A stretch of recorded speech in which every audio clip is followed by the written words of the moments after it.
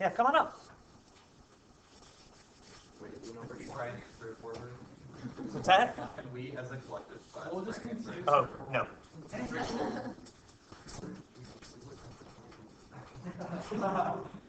make a system.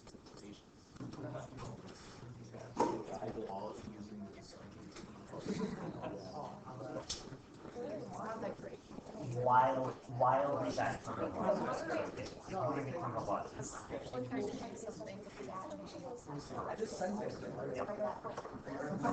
Correct. And same thing with that after the tube is open. Cool. Not a dumb question at all. In fact, in particular on that last one, a lot of people mess that up. Okay, number 20. It says a block is set up, is sent up a frictionless ramp along which an x-axis extends upward. Oh.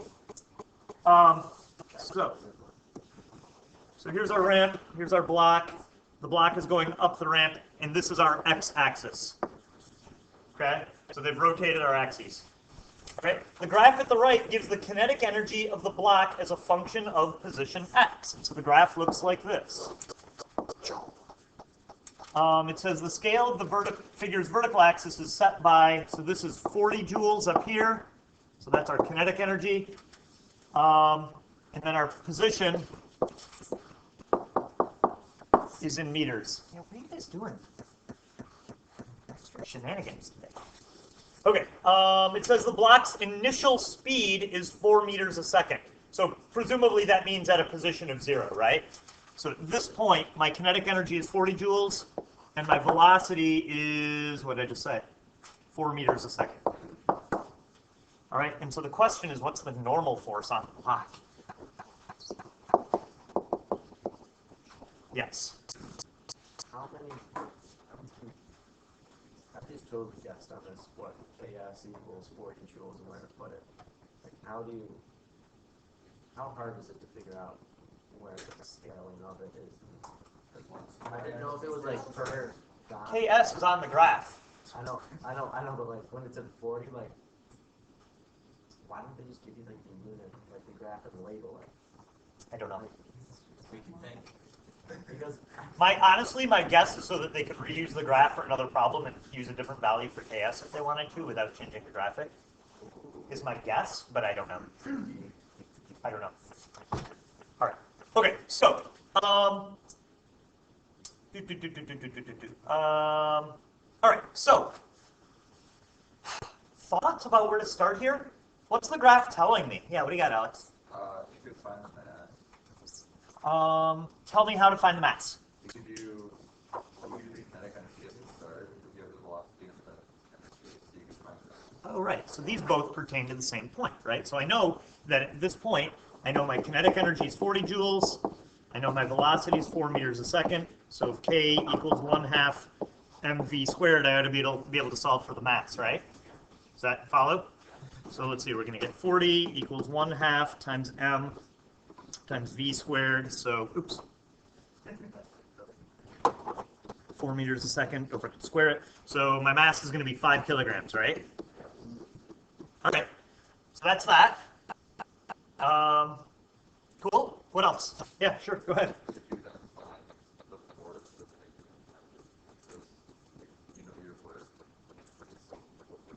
Okay. I think I know where you're headed there. There's a couple of hands up. Sure. What do you got, Kurt? I was just thinking, since its scalar acceleration on it is gravity, you can, and it takes its final position is 2 meters, and there its kinetic energy is 0. So you use constant acceleration equation. Okay. Yeah. So those are the two methods that I thought of too. Is that what you were going to say, Patrick? Okay. Yeah. So there's two options. Option one is to say, all right, well, I know my starting velocity is 4 meters a second. I know that if I go through a displacement of 2 meters, then my final velocity is going to be 0, right? And so find your acceleration, find your net force, right? And so then that'll allow us to find our FG parallel.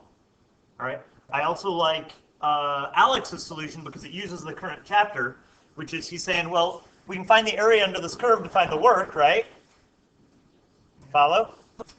And then divide by the distance of 2 meters, right? And that would give us the force, right? Follow? All right, so either way, let's see, the area under that curve is going to be 40, right? Because half of the base times the height. So 40 divided by 2, so it looks like our force is 20 joules, or 20 newtons pulling down the ramp. Does that make sense? Yeah? So taking the integral only applies to those two specific axes to find When you say those axes, yeah, it has to be kinetic energy against position. Good? So if it was the other way around, like the axis was flip. Correct. Correct.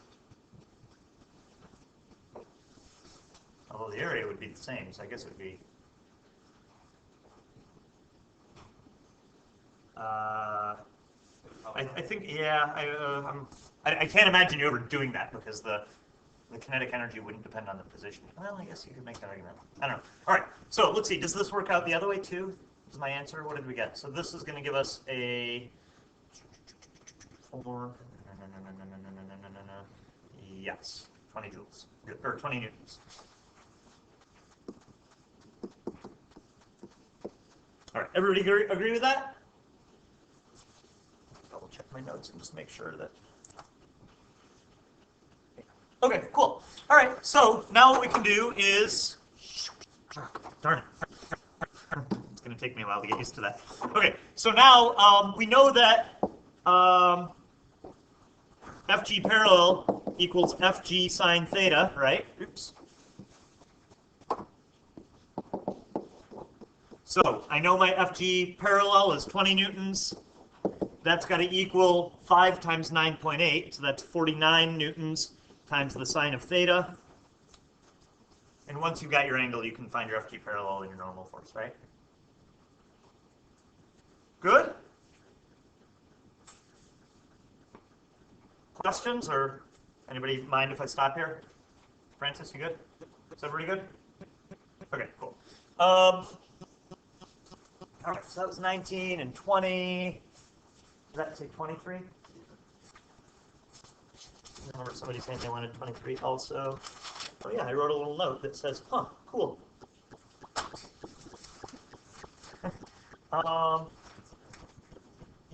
Oh, right.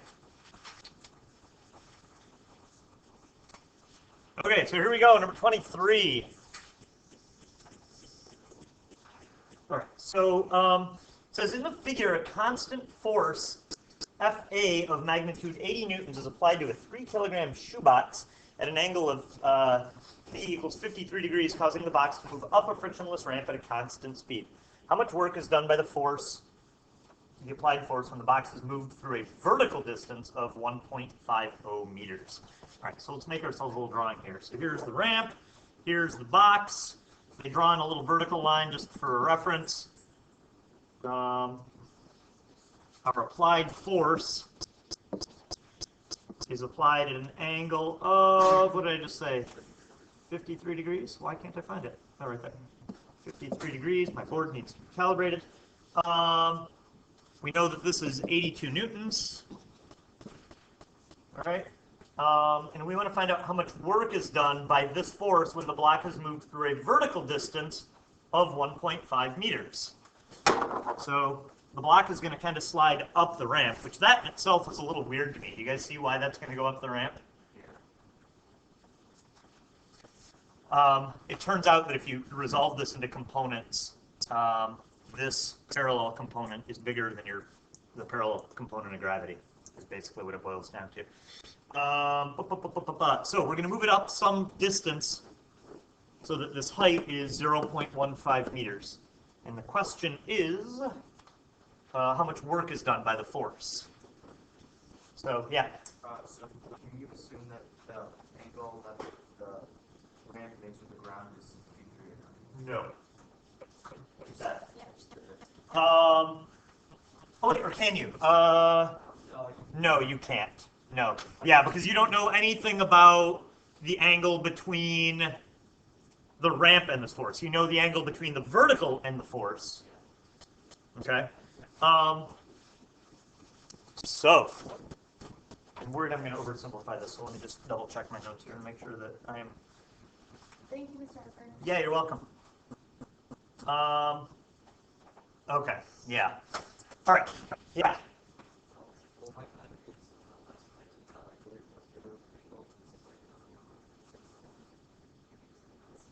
Ah, yes, tell me why, good, good. Tell me why the constant velocity is important.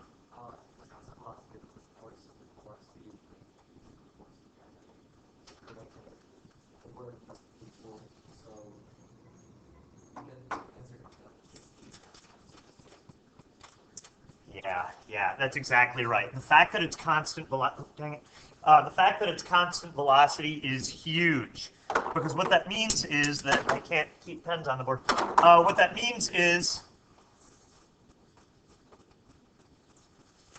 so really there are only two forces doing work on this thing, right?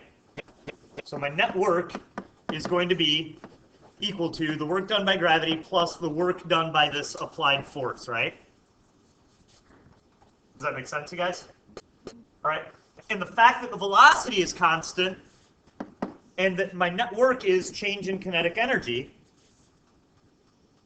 well, if my velocity is constant, what's my change in kinetic energy? 0, right?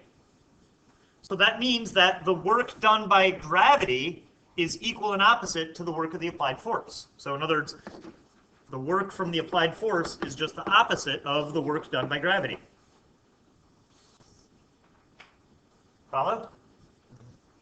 Yeah, and you're totally right. This was sneaky. All right, so let's find the work done by gravity. Well, the work done by gravity is equal to the force of gravity dot the displacement.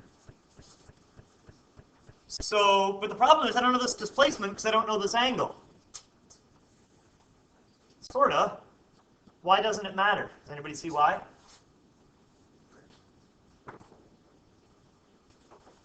Don't I just want the vertical component of the displacement, right? Because I want my force, which everybody point for me. Which way does gravity point?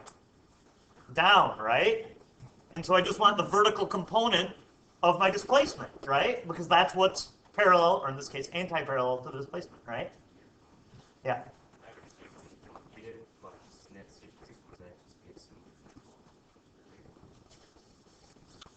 Yes. Yeah, it would. Yeah. So this angle here is the same as that angle there, but it bears no relationship to the 53 degrees.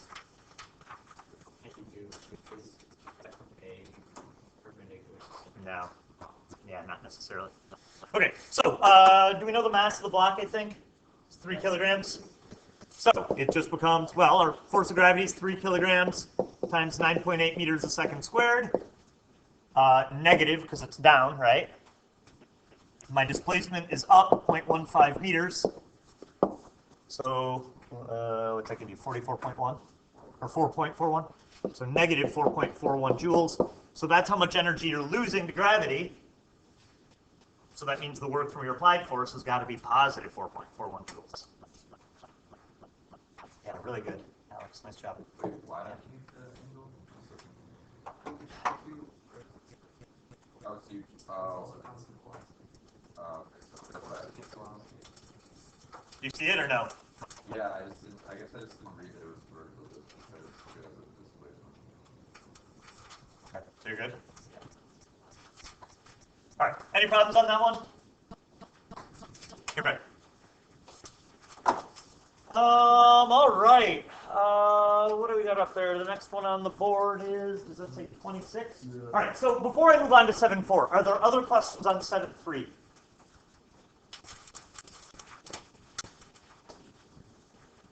We're good? I'm gonna move on then.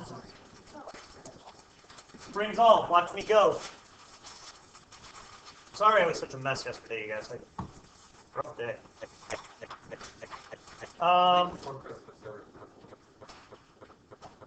Yeah, this race up to holiday break is always rough. Okay, so what do we got? 26, is that what I decided? All right, in figure 1, we must apply a force of magnitude 80 newtons to hold the block stationary at x equals negative 2 centimeters. From that position, we then slowly move the block so that our force does positive 4 joules of work on the spring block system. The block is then, again, stationary. What is the block's position? And it says there are 2 answers. So here we go, number 26. So you've got a setup that looks like this. Okay, so what do we know?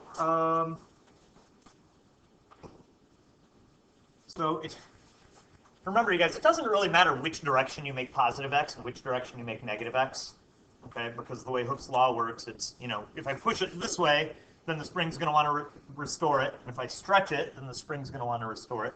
So no matter what, your force and your displacement are always opposite each other, right? Okay. So, but let's just assume, for the sake of argument, that we have, let's see. So here's the force of U, negative 80 newtons, and right now our position is negative 0.02 meters, right? 2 centimeters. Here's x equals 0 over here. All right. So is everybody okay with just the drawing? All right. Now it says that it's being stationary, which means that the force of the spring here is also 80 newtons, right? You've moved it. You kind of got everything is balanced out, right? Follow? Okay. So from that position, we then slowly move the block so that our force does 4 joules of work on the spring system, and then the block is then again stationary. So let's think about net work again. What are name the 2 forces for me that are doing work on the spring or on the block? Spring. There's the work from the spring and the work from you, right? Good. Okay. What about this that way?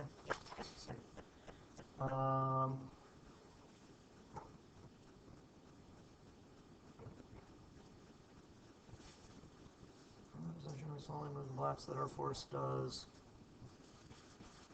4 joules of work. Oh, right, yeah, okay. So, and then it says the block is stationary, right? So what's our net work going to be here, you guys? 0, right? So this is kind of like that last one, right? Where the work done by the spring has got to be equal to the work of you, right? Good? All right, so it tells us that the work of you is 4 joules, right? Therefore, the work of the spring has got to be negative 4 joules, right? Good? All right, now we have an equation for the work of the spring. It's 1/2 kxi squared minus 1/2 kxf squared, right? So we're trying to solve for the final position, right? Yeah, because we're going to move it. Yeah, so what position did we move it to? So we know our starting position is 0.02, positive or negative. What do I got to find before I can solve this thing? Spring constant, right? Anybody see a way to find the spring constant? Yeah, we know that the spring is exerting 80 newtons worth of force when the displacement is 0.02 meters, right? So F equals kx, 80 newtons equals k times 0.02 meters, divide, and your k ends up being, is that 400? Or 4,000? Newtons per meter, right? Follow? So from here we can plug in our numbers, right? Let's see, we're going to get negative 4.0 joules equals 1/2 of 4,000 newtons per meter. Do you guys see that you can factor out the 1/2 k? And then this just becomes xi squared minus xf squared. Does that follow? So 0.02 squared minus xf squared. And then do some algebra and solve it. Your xf turns out to be, because you take a square root, mathematically you get positive or negative 0.49. 0.04.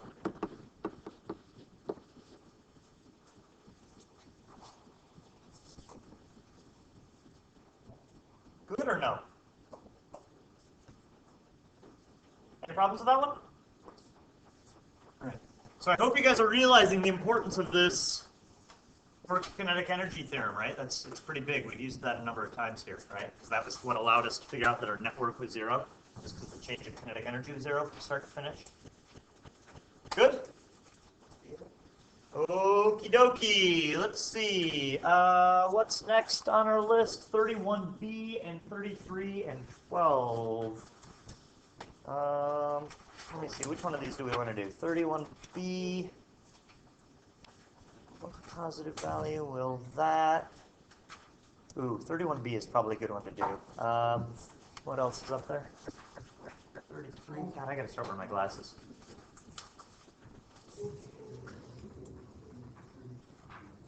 You guys got a preference, 31B or 33? 33? Watch me go. Okay.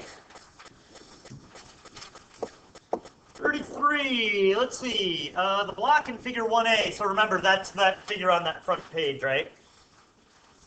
It says it lies on a horizontal frictionless surface and the spring constant is 50 newtons per meter. Initially, the spring is at its relaxed length, and the block is stationary at a position of x equals 0.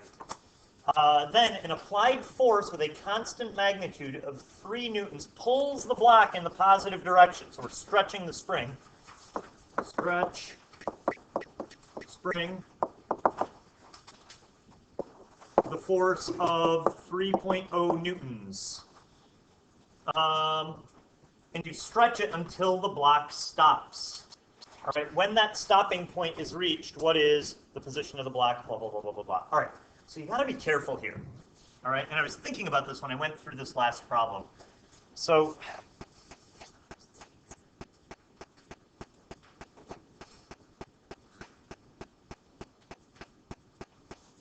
sorry, I'm just trying to think of the easiest way to help you guys see what's going on here.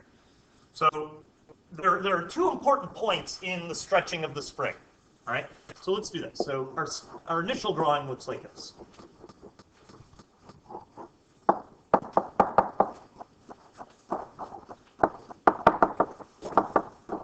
right, so the block is going to have a net force on it, right? Because right now, what's the force of the spring? The applied force that I'm going to use to stretch it is 3. But remember, the spring is relaxed right now. So right now, the force of the spring is 0. Follow? So just to kind of think about what's going on, right now, my net force is 3.0 newtons, right?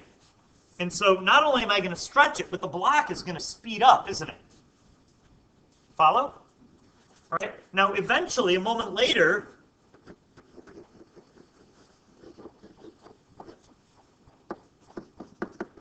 we're going to get to a point where my applied force is 3 newtons, and the force of the spring is negative 3 newtons. Is that when it stops moving? That's when it stops gaining speed. Right? So for a split second here, my acceleration is going to be 0. Does this make sense? Right? Because the entire time between here and here, I had a positive net force. That meant that the block was accelerating, going faster and faster and faster, right?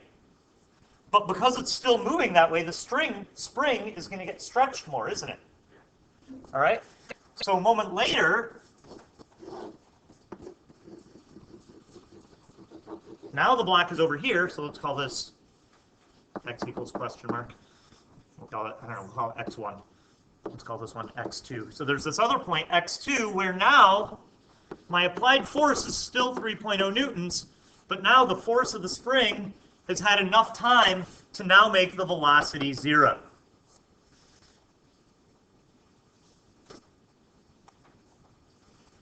Does that make sense? All right, so there are two important x points here. There's the point at which the block stops gaining speed. That occurs here at x1. Stops speeding up. And then there's also this point where the velocity hits 0, so the box stops, literally stops, right? Good?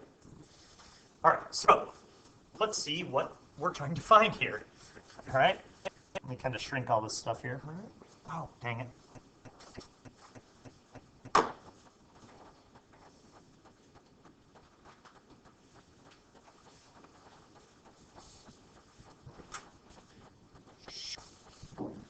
Okay, so what are the questions? Let's see. Question A says, when the stopping point is reached, what is the position of the block?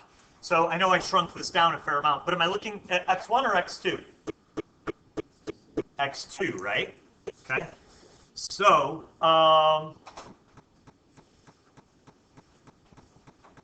thoughts about how to do this? There's a couple of ways of doing it.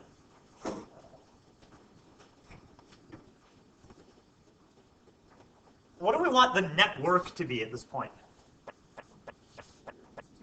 0, right? Why?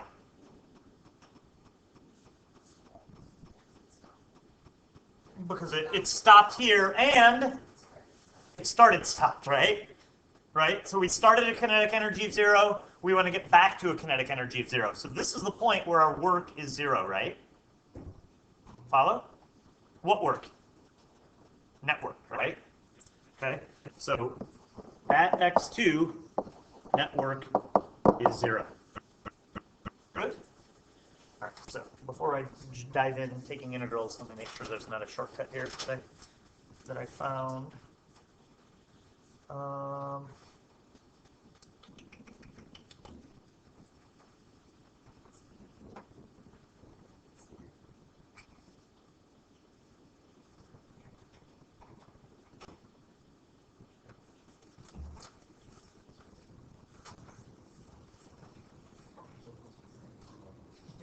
Okay. All right.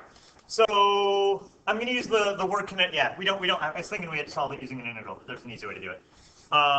So remember, what's our net work? Name the forces for me that are doing work. Force of the spring and the applied force, right?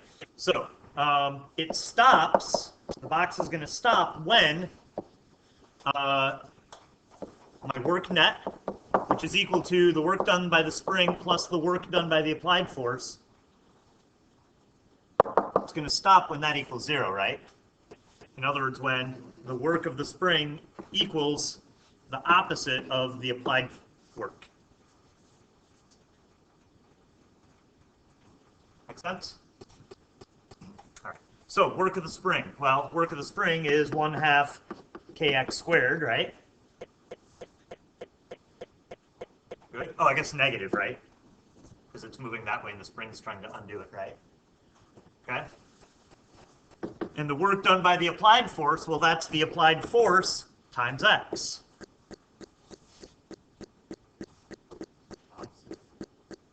Opposite of, thank you. I was thinking I'd take care of that, but you're right. Thank you.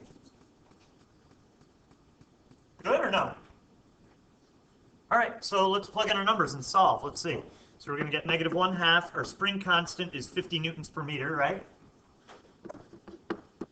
Times x squared equals our applied force, which was 3 newtons, times x, right? So there's two solutions. X equals 0, which we knew, right? So we can divide out that solution. Let's divide everything by x. So negative 1/2 of 50 is, well, shoot, I forgot the negatives. The negatives cancel, right? So you get 25x equals 3. Divide both sides by 25, and you get x equals whatever 3 over 25 is. What is that? 0.12.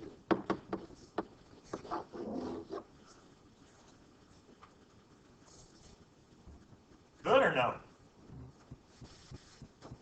Notice again, work kinetic energy theorem, right? Comes up all the time. All right. The other way you can do this, the way that I was before I looked at my notes, the way I was going to just sort of dive in without giving it too much thought, was I was thinking you could write an expression for your net force. So your net force would be 3 newtons minus kx, and then integrate it. But if you do that, it gives you this same thing. So, all right. All right. So that was part A. When the stopping point is reached. Okay, how much work has been done on the block by the applied force? Oh, well, you just do force times 0.12, right?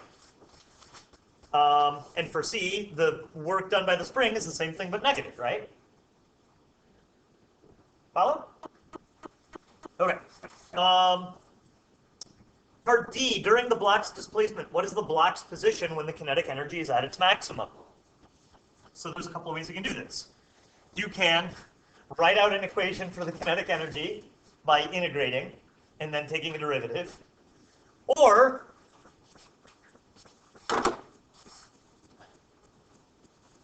at what point is the kinetic energy the biggest?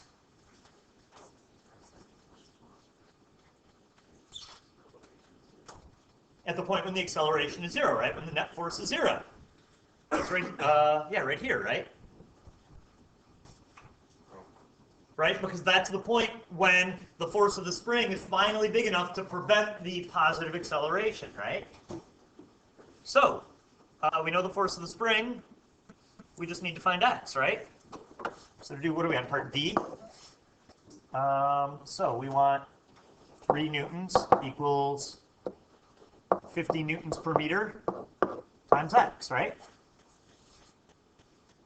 And just divide both sides by 50, and you get 3 over 50, which is 0.06 meters.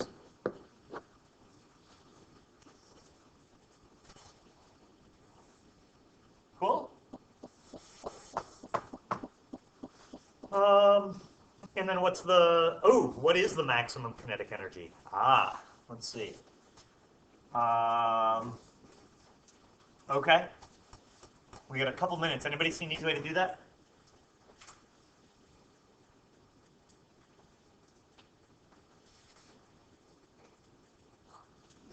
No? Let's see a part way to do it. Use the word kinetic. Sorry? So you use the kinetic, okay. Yeah, totally. Our change in kinetic energy is equal to our net work, right? Which is equal to the work done by the spring plus the work done by the applied force. So the work done by the spring is negative 1/2 times k times 0.06 meters squared, right? Follow? Plus the work done by the applied force, which is 3 newtons times 0.06 meters, right? Is that too quick? 1/2 kx squared for the spring, negative, plus force times displacement for the constant force. So whatever that gives you is your change in kinetic energy, right? And since you started at rest, there you go, you get 0.090 joules. Good job. Good, you guys? All right. I hope you guys are beginning to appreciate the value of that. Super, super useful theorem for kinetic energy theorem. All right, so we got through everything except for 31B and number 12. Is that concept E number 12 or problem E number 12? Concept E 12? Okay, so I will put those both up online. Also, last night I uploaded there were 2 problems up on the board before that didn't get posted, or that we didn't do in class, and I put those solutions online also, okay? So tomorrow we got 7.5 and 7.6 due. Hey.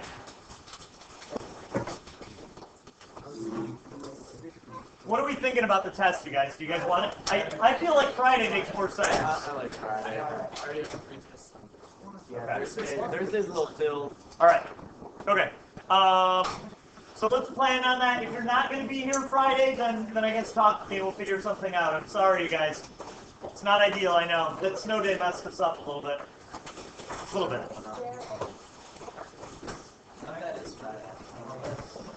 All right. Have a good day.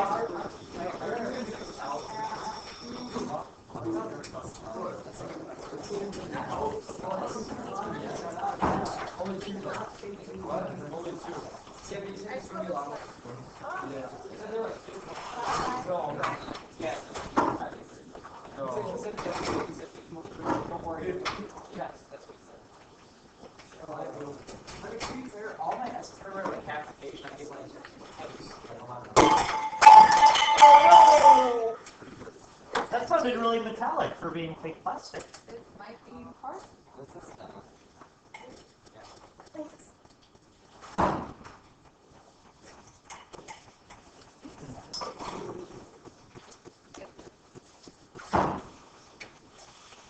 How you doing with this stuff? I was doing better with the chapter. The last chapter. 7.12. Oh, gotcha. Getting a little better at this, so I'm gonna try again tonight. Okay.